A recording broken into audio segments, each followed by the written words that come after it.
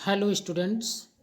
आज हम लोग कुछ गैसों के बारे में पढ़ेंगे जो कि कभी कभी आपसे पूछ लेता है कि एलपीजी गैस में कौन कौन सी गैसें हैं। ठीक, एलपीजी गैस के बारे में पूछ लेता है या फिर नेचुरल गैस के बारे में आपसे पूछता है, नेचुरल गैस क्या है। ठीक, नेचुरल गैस। या कभी कभी आपसे पूछ लेता है कि प्रोड्यूसर गैस क्या है ना, प्रोड्यूसर गैस पूछ लेता है, प्रोड्यूसर गैस क्या है। या इसके अलावा कभी कभी आपसे ये भी पूछ लेता है कि बायोगैस क्या है ना। बायोगैस देखें, बायोगैस के बारे में पूछ लेता है। फोर्थ, बायोगैस, बायोगैस के बारे में पूछता है। या फिर आपसे कभी कभी पूछ लेता है वाटर गैस क्या है ना। वाटर गैस में कौन कौन सी गैसें मिक्स हैं, वाटर गैस के बारे में पूछता है। या आपसे कभी कभी ये भी पूछ लेता है कि सेमी वाटर गैस क्या है, सेमी वाटर गैस क्या है, सेमी वाटर गैस, इसके बारे में भी पूछता है। या फिर कभी कभी देखें आपसे ये भी पूछ लेता है कि कोल गैस क्या है, कोल गैस में कौन कौन सी गैसें मिक्स हैं, कोल गैस के बारे में भी पूछ लेगा। या फिर आपसे पूछ लेता है कि सीएनजी गैस क्या है, सीएनजी कंप्रेस्ड नेचुरल गैस, अभी इसके बारे में भी हम लोग देखेंगे, इसके बारे में पूछता है। या ऐसे भी पूछ सकता है कि टीयर गैस क्या है, अश्रु गैस जिसे आप कहते हैं, अश्रु गैस है ना, लाफिंग गैस, इन सभी के बारे में पूछता है कभी कभी आपसे क्वेश्चन। तो आप क्या बताएंगे, आज इन्हीं के बारे में हम लोग एक एक करके सब पढ़ेंगे। तो देखते हैं, सबसे पहले देख लेते हैं कि एलपीजी गैस क्या है ना। एलपीजी, एलपीजी तो आप सबसे पहले इसका फुल फॉर्म ही जान लीजिए, लिक्विफाइड पेट्रोलियम गैस, इसी को आप क्या कहते हैं, liquefied petroleum gas, liquefied petroleum gas. तो ये तो इसका फुल फॉर्म है, जानते रहिए, लिक्विफाइड पेट्रोलियम गैस है एलपीजी में। अब ज़रा देखिए, ऐसे पूछ लेगा आपसे कि एलपीजी में ही, अभी देखें एलपीजी में ही पूछ लेगा कि इसमें कौन कौन सी गैसें होती हैं। तो आप बताएंगे कि एलपीजी में ब्यूटेन और प्रोपेन होता है, क्या है, ब्यूटेन, ब्यूटेन है और plus propane, butane plus propane. ठीक, ब्यूटेन प्लस प्रोपेन।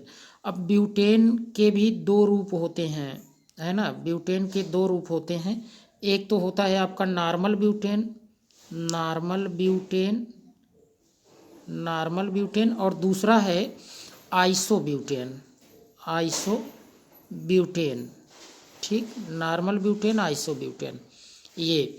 और प्रोपेन तो है ही, ये आप जानते रहिए, ज़्यादा मात्रा में ये ब्यूटेन ही उपस्थित होता है। ठीक, अब फार्मूला अगर आप जानना चाहें ब्यूटेन का, तो ब्यूटेन में आप जान रहे हैं, देखिए हम लोग जान क्या रहे हैं, एलपीजी अभी पहला ही चल रहा है, एलपीजी ये फर्स्ट ही है अभी। ठीक, तो ये इसमें अगर ब्यूटेन पूछा जा रहा है तो ब्यूटेन के दो फॉर्म होते हैं, अभी आप जान रहे हैं। तो पहला अगर आप देखें, जैसे नॉर्मल ब्यूटेन देख लीजिए पहले, normal butane, normal butane, normal butane का तो आप ऐसे कार्बन आप 4 बना लीजिए और इन्हीं से हाइड्रोजन ऐड कर दीजिए, तो ये आपका क्या हो गया, ये नॉर्मल ब्यूटेन हो गया। ठीक, इसी में ब्यूटेन में दो हैं, एक तो नॉर्मल ब्यूटेन और दूसरा एक होता है आइसो ब्यूटेन।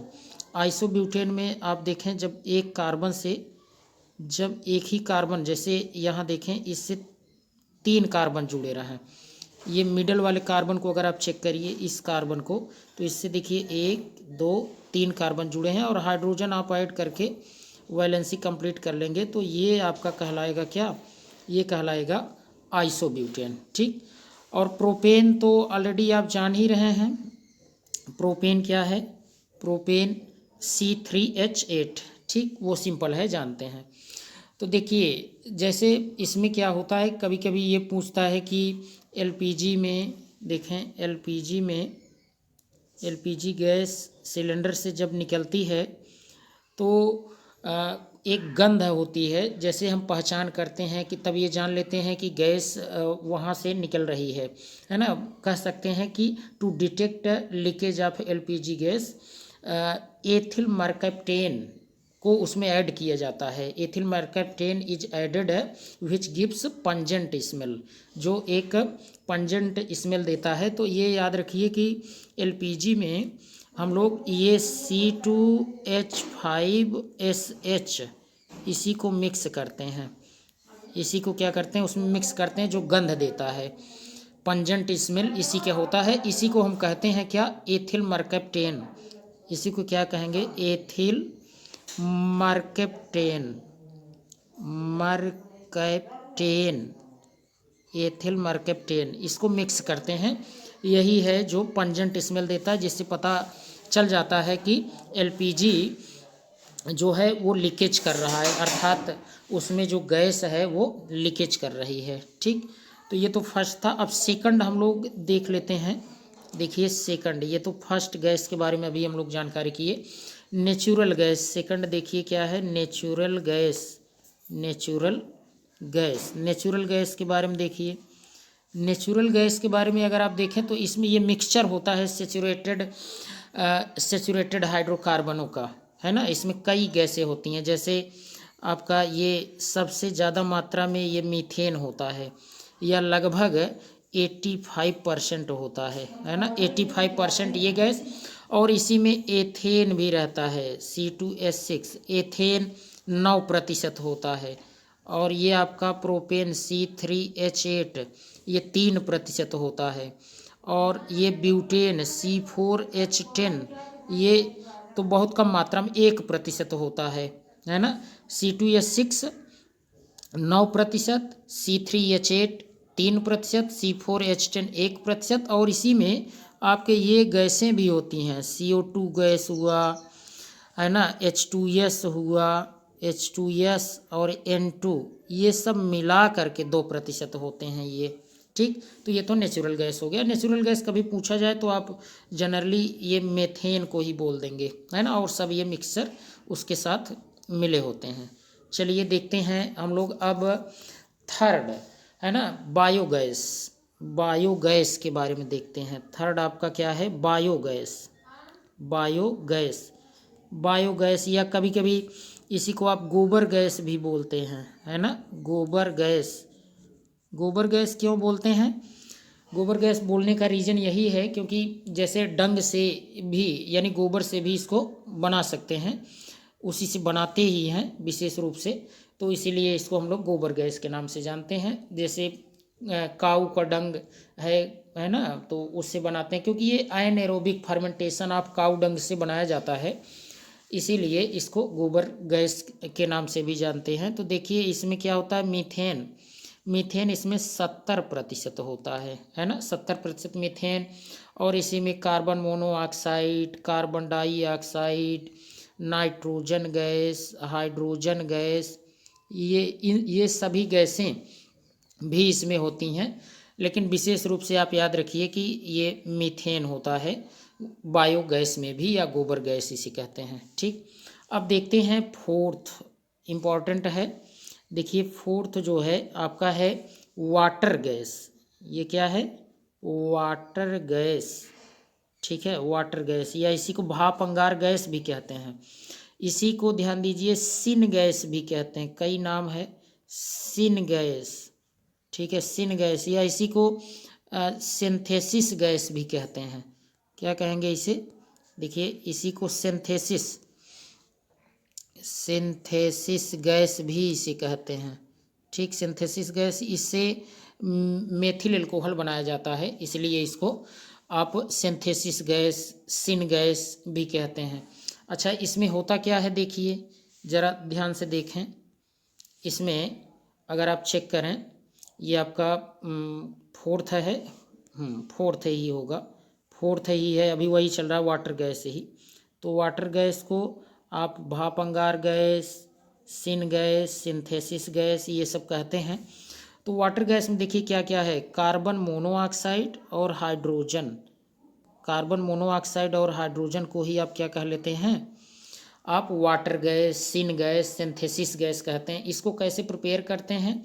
तो कार्बन यानी कि रेड हॉट कोक जिसे आप कार्बन कहते हैं, है ना, कार्बन पर जब आप जल जल की क्रिया करवाते हैं लगभग 1273 केल्विन, आप हीट यहाँ हीट दिखा दीजिए, तो ये कार्बन मोनोऑक्साइड का फॉर्मेशन हो जाता है CO+H2।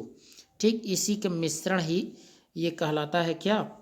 वाटर गैस कहलाता है। ठीक, वाटर गैस में ध्यान दीजिए, जैसे हाइड्रोजन का प्रतिशत मात्रा का भी पूछ ले। हाइड्रोजन की प्रतिशत मात्रा तो जानते रहिए 50% होता है। ठीक, 50%। और अगर आपसे पूछता है कार्बन मोनोऑक्साइड का प्रतिशत मात्रा पूछे तो 45%। 45%। इसी में और भी गैसें हैं, जैसे मीथेन है, कार्बन डाइऑक्साइड, नाइट्रोजन 5%, उसको इंक्लूड नहीं करते, है ना, होता है 5% वो भी। तो ये दोनों ज़्यादा मात्रा में है, इसलिए वाटर गैस अगर पूछा जाए तो CO+H2 के मिश्रण को बताएंगे। ठीक, नेक्स्ट देखते हैं फिफ्थ है प्रोड्यूसर गैस, है ना, प्रोड्यूसर गैस के बारे में भी अगर पूछ ले कभी तो क्या बताएंगे? देखिए, प्रोड्यूसर गैस में केवल इतना याद रखिए कि कार्बन मोनोऑक्साइड के साथ क्या रहेगा? नाइट्रोजन। अगर यही नाइट्रोजन के स्थान पर हाइड्रोजन कर दें H2, तब तो वो हो जाएगा क्या? वाटर गैस या सिन गैस, सिंथेसिस गैस। लेकिन यहाँ याद रखिए प्रोड्यूसर गैस में क्या होगा कि कार्बन मोनोऑक्साइड के साथ नाइट्रोजन गैस होती है। ठीक, इसको याद रखना है। नाइट्रोजन का प्रतिशत मात्रा याद रखिए 60% होता है। इसमें कार्बन मोनोऑक्साइड का प्रतिशत मात्रा अगर पूछा जाए तो 30% बताएंगे। और 10% क्या होता है? कार्बन डाइऑक्साइड और हाइड्रोजन दोनों के मिश्रण भी 10% होते हैं इसके साथ, लेकिन इन दोनों की अधिक मात्रा होने के कारण इसी के मिश्रण को प्रोड्यूसर गैस बोल देते हैं। ठीक, याद रखिए। इसको प्रिपेयर कैसे करते हैं? कार्बन आप वही रेड हॉट कोक ले लीजिए, और एयर में तो ये नाइट्रोजन की अधिक मात्रा है, आप जान रहे हैं। इसी को हीट करेंगे तो आपको मिल जाएगा क्या? ये प्रोड्यूसर गैस यानी CO+N2। ठीक, ये मिल जाएगा। तो ये जानते रहिए कि इसके मिश्रण को ही प्रोड्यूसर गैस कहते हैं। ठीक, देखते हैं नेक्स्ट छठा पॉइंट है सेमी वाटर गैस। कभी पूछा जाए सेमी वाटर गैस अगर पूछा जाता है तो इसके बारे में देखिए, पूछा जाए तो हम बताएंगे कि ये मिश्रण होता है किसका? वाटर गैस और प्रोड्यूसर गैस का। देखिए, वाटर गैस और प्रोड्यूसर गैस का ये मिश्रण सेमी वाटर गैस होता है। यानी अगर आपके पास कार्बन मोनोऑक्साइड और हाइड्रोजन का मिश्रण, इनके मिश्रण, और साथ ही साथ इसी के अगर है ये प्रोड्यूसर गैस CO+N2।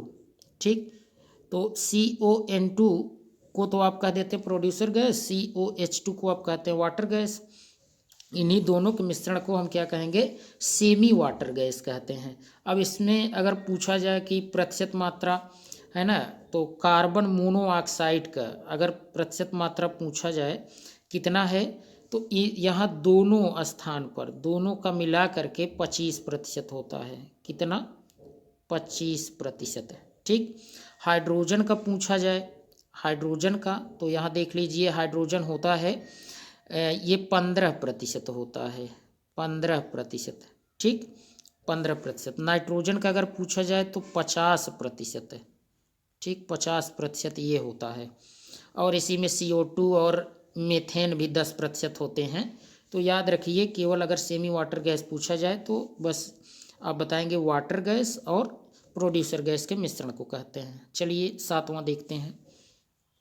नेक्स्ट है 7वां है आपका कोल गैस। देखिए, कोल गैस के बारे में अगर पूछा जाए तो कोल गैस अगर पूछा जाए, कोल गैस क्या है? कोल गैस में याद रखें कि कई गैसें होती हैं। सबसे ज़्यादा मात्रा में हाइड्रोजन होता है ना। अभी प्रतिशत मात्रा इसका हम यहाँ दिखा दे रहे हैं। हाइड्रोजन गैस है, मेथेन गैस है, CH4, इसी के साथ है कार्बन मोनोऑक्साइड, इसी के साथ और भी बहुत सी गैसें हैं, है ना। जैसे देखिए और क्या क्या है, नाइट्रोजन है, यहाँ कामा करके हम लिख दे रहे हैं, कार्बन डाइऑक्साइड है, O2 भी होता है इसी में C2H4 भी होता है, एथिलीन जिसे कहते हैं, एसीटिलीन भी है, C2H2 भी है।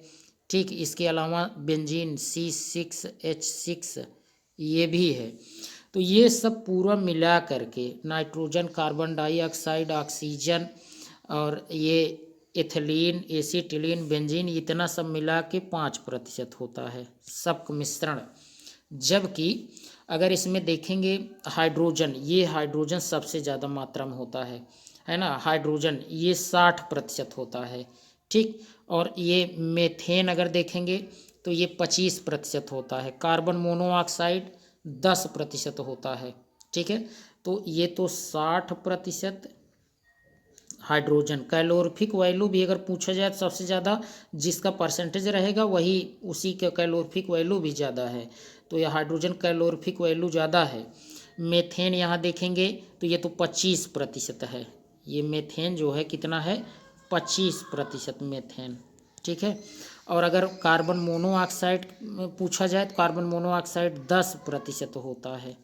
ठीक, इस तरीके से ये सभी कोल गैस में आप याद रखिए हाइड्रोजन, ये मेथेन, कार्बन मोनोऑक्साइड ये ज़्यादा मात्रा में है और ये सब मिला करके 5% होते हैं। ठीक, चलिए नेक्स्ट देखते हैं आठवां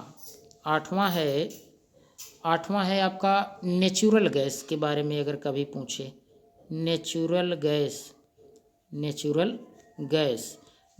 गैस के बारे में अगर पूछता है तो आप बताएंगे कि इसमें मेथेन CH4 और एथेन C2H6 ये दोनों गैसें होती हैं, और सबसे ज़्यादा में मात्रा में तो ये मेथेन 83% होता है, 17% एथेन। ठीक, तो ये दोनों मिला करके नेचुरल गैस कहे जाते हैं। ठीक, इन्हें याद रखें। अब देखते हैं नौवां आप देखें CNG, ये नौवां जो है CNG जिसे आप कॉम्प्रेस्ड नेचुरल गैस कहते हैं, इसका फुल फॉर्म क्या है, कॉम्प्रेस्ड नेचुरल गैस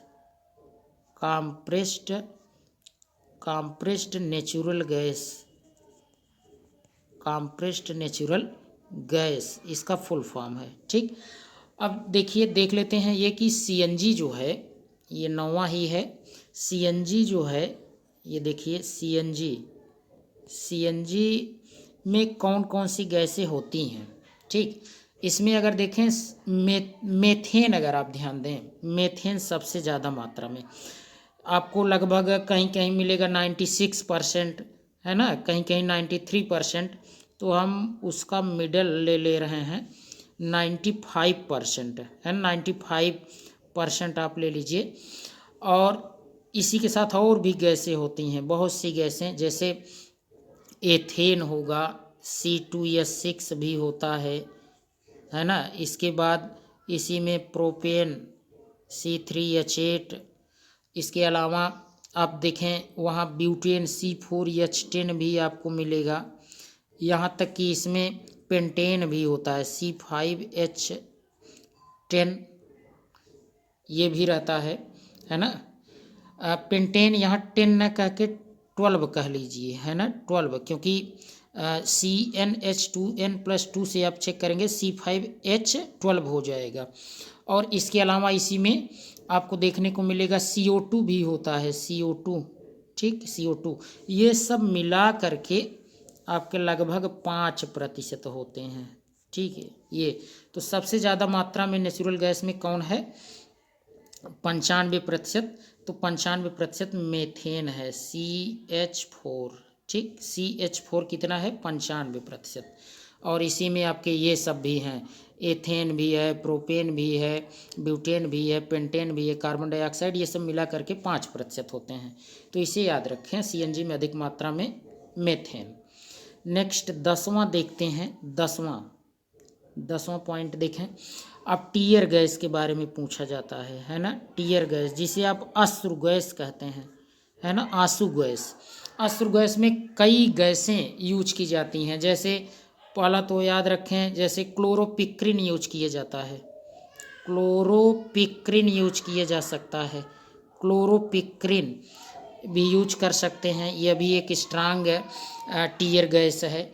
क्लोरोप्रीन भी यूज कर सकते हैं, क्लोरोप्रीन भी यूज कर सकते हैं। इसके अलावा और देखिए, क्लोरोप्रीन के अलावा आप ये भी यूज कर सकते हैं, जैसे देखिए ये 10वां था टीयर गैस में, देखिए टीयर गैस में ये जैसे अभी हमने बताया क्लोरोपिक्रिन भी यूज कर सकते हैं, क्लोरोप्रीन भी यूज कर सकते हैं। और विशेष रूप से टीयर गैस ये याद रखें, इसका फार्मूला ये अक्सर पूछता है, C10H5ClN2 ये है। इसी को आप क्या कह लेते हैं, इसी को आप कहते हैं 2 क्लोरो बेंजाइलिडीन देखें मैलोन, यहाँ जरा समझें, यहाँ हम लिख दे रहे हैं ना इसको, यहाँ देखिए 2 क्लोरोबेंजिल 2 बेंजाइलिडीन, इसका स्ट्रक्चर अभी बता रहे हैं, है ना। बेंजाइलिडीन माइलोन, है ना, माइलोनिक नाइट्राइल का है ना, माइलोनिक नाइट्राइल, ठीक, ये याद रखें। इसका स्ट्रक्चर देखिए C10H5Cl N2 का जरा यहाँ स्ट्रक्चर देखिए, यही है इसका स्ट्रक्चर। आप इस तरीके से बना लेंगे अगर स्ट्रक्चर पूछता है तो, ठीक, ऐसा याद रखें। यहाँ पर आप जोड़ लेंगे ये Cl और ये यहाँ से देखिए ये डबल बॉन्ड और यहाँ पर Cn, यहाँ भी Cn, ठीक, ये है आपका क्या, यही हो गया आपका C10H5Cl N2, है ना। N भी देखिए 2 है और कार्बन और क्लोरीन सब कुछ आप काउंट कर लेंगे तो आपको मिल जाएगा C10 आपको मिल जाएगा, H5 मिल जाएगा, Cl N2 मिल जाएगा, ठीक। याद रखिए इसको 2 क्लोरो बेंजाइलिडीन माइलोनिक नाइट्राइल कहते हैं, है ना, याद रखिए इसको। चलिए नेक्स्ट देखते हैं आपका 11 नंबर, जरा देखिए यहाँ 11 नंबर आपसे जैसे लाफिंग गैस, ये तो आपको पता ही होगा, है ना। लाफिंग गैस सिंपल है, पूछता है लाफिंग गैस, तो लाफिंग गैस के बारे में अगर पूछे तो आप N2O बताएंगे, है ना, N2O बताएंगे अगर लाफिंग गैस से संबंधित कभी कुछ पूछता है तो। चलिए कुछ और एडिशनल जानकारी इसमें और ऐड कर देते हैं, जैसे कभी पूछता है कि Hg, देखिए Hg मरकरी से कौन सा रोग होता है ना, तो बताएंगे मिनीमाटा रोग होता है ना। कभी अगर पूछता है तो क्या बताएंगे, मिनीमाटा रोग होता है, ठीक।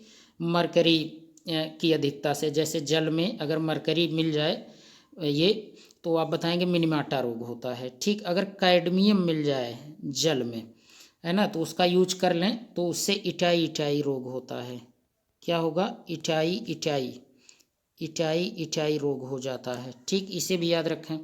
और देखिए जैसे कभी पूछ लेता है कि आर्सेनिक से कौन सा रोग होता है ना, आर्सेनिक से देखिए कौन सा रोग होता है अगर पूछता है तो आप क्या बताएंगे, आर्सेनिक से, देखिए आर्सेनिक से तो आप कैंसर बताएंगे, है ना, इससे क्या होता है, कैंसर रोग उत्पन्न होता है, ठीक। और अगर जैसे नाइट्रेट की अधिकता अगर हो जाए तो इससे होता है ब्लू बेबी सिंड्रोम, है ना, ब्लू बेबी सिंड्रोम एक रोग है, ये पूछा जाए तो इसको भी आप बताएंगे, ठीक। इसी का एक दूसरा नाम है मिथेमोग्लोबिनीमिया, ठीक। तो इसी को आप कहते हैं, ब्लू बेबी सिंड्रोम को ही मिथेमोग्लोबिनीमिया। तो ये सब कैसे लगे आपको, जितने भी क्वेश्चन करवाए गए, यदि आपको अच्छे लगे हों तो आप चैनल को आप सब्सक्राइब करिए, है ना, चैनल को सब्सक्राइब करिए और साथ में वीडियो अपने मित्रों तक भी शेयर करिए। तो आज के लिए इतना ही। थैंक्स।